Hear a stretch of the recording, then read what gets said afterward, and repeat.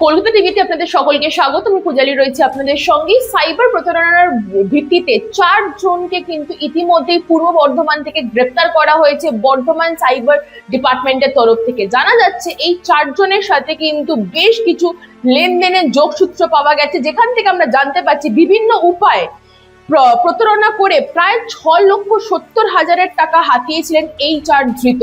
এই ধৃতদের মধ্যে রয়েছে বিজয় দেবনাথ, শিবম বিশ্বাস, তরুণজ্যোতি দেবনাথ এবং শুভম বালা।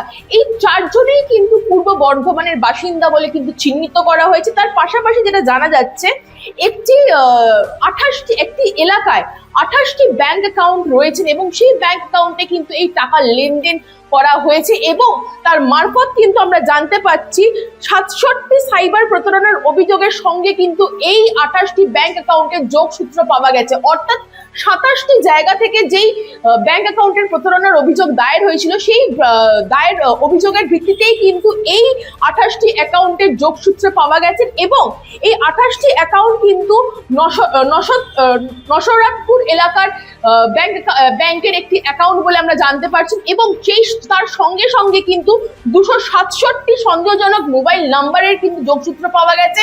তার পাশাপাশি 6 জন পিওসি এজেন্ট যুক্ত ছিল বলে আমরা জানতে পারছি। অর্থাৎ এই ধৃতদের সঙ্গে, যাদেরকে ইতিমধ্যেই অ্যারেস্ট করা হয়েছে বর্ধমান সাইবার ক্রাইম ডিপার্টমেন্টের তরফ থেকে, এই 4 জনের সাথে কিন্তু এই প্রতারণা বা এই সাইবার ক্রাইমের যোগসূত্র রয়েছে। তার পরবর্তী ক্ষেত্রে যেটা আমরা জানতে পারছি, তার সঙ্গে কিন্তু ভুয়ো নথি এবং একাধিক সিম কার্ডেরও কিন্তু যোগসূত্র পাওয়া গেছে।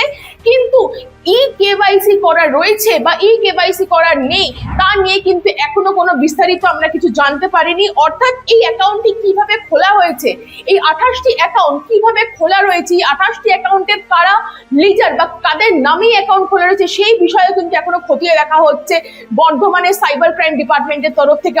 এই ধরনের আরো তথ্য জানতে চোখ রাখুন কলকাতা টিভির পর্দায় রাত দিন 7 দিন।